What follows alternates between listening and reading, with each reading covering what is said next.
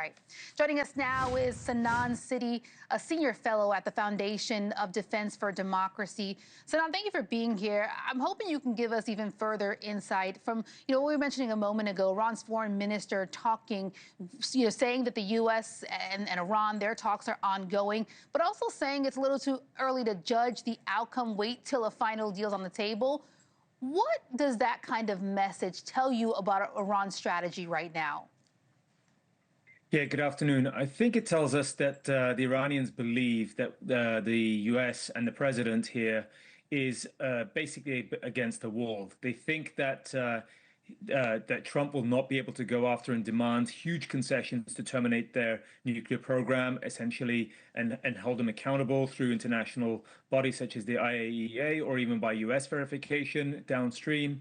I think they think that Trump won't actually do anything further in terms of punitive military action, simply because they feel that oil prices and gas prices in the US have to come down ahead of the midterms. So they think they're essentially in a strong negotiating position, and basically that they can wait this out to see how much more concessions they can get out of the United States, whether it's in sanctions relief or essentially guarantees that their nuclear program will be able to continue.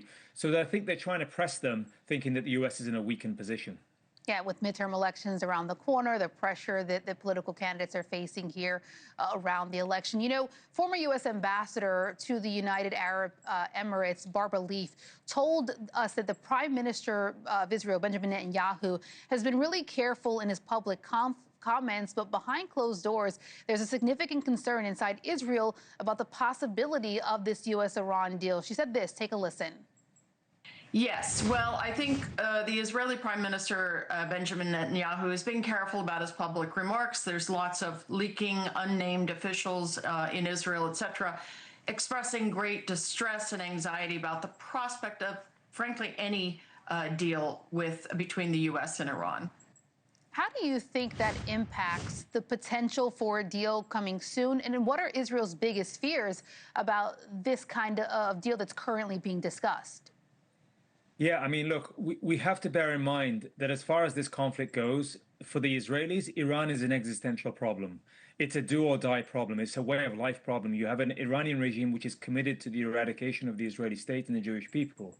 And so they are obviously and understandably worried that any deal that is signed that, whether it's on the nuclear issue or whether it's on the Strait of Hormuz being reopened, the two big asks that we seem to have been having, that does not take away Iran's commitment to funding and maintaining its proxy networks across the region, its commitment to the destruction of Israel, but I should also say to the destruction and undermining of the United States in the region or globally. They're building a missile arsenal, a nuclear program that that is intended to hit and strike the United States as well as Israel.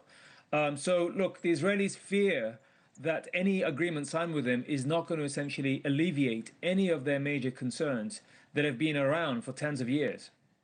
Yeah, I think your analysis helps highlight just all the complexities to getting around to an actual deal between the U.S. and Iran, and whether or not that deal is closer or farther away than most are expecting right now. Sinan, really appreciate your time. Thank you. All right, we're coming up, voting underway in California ahead of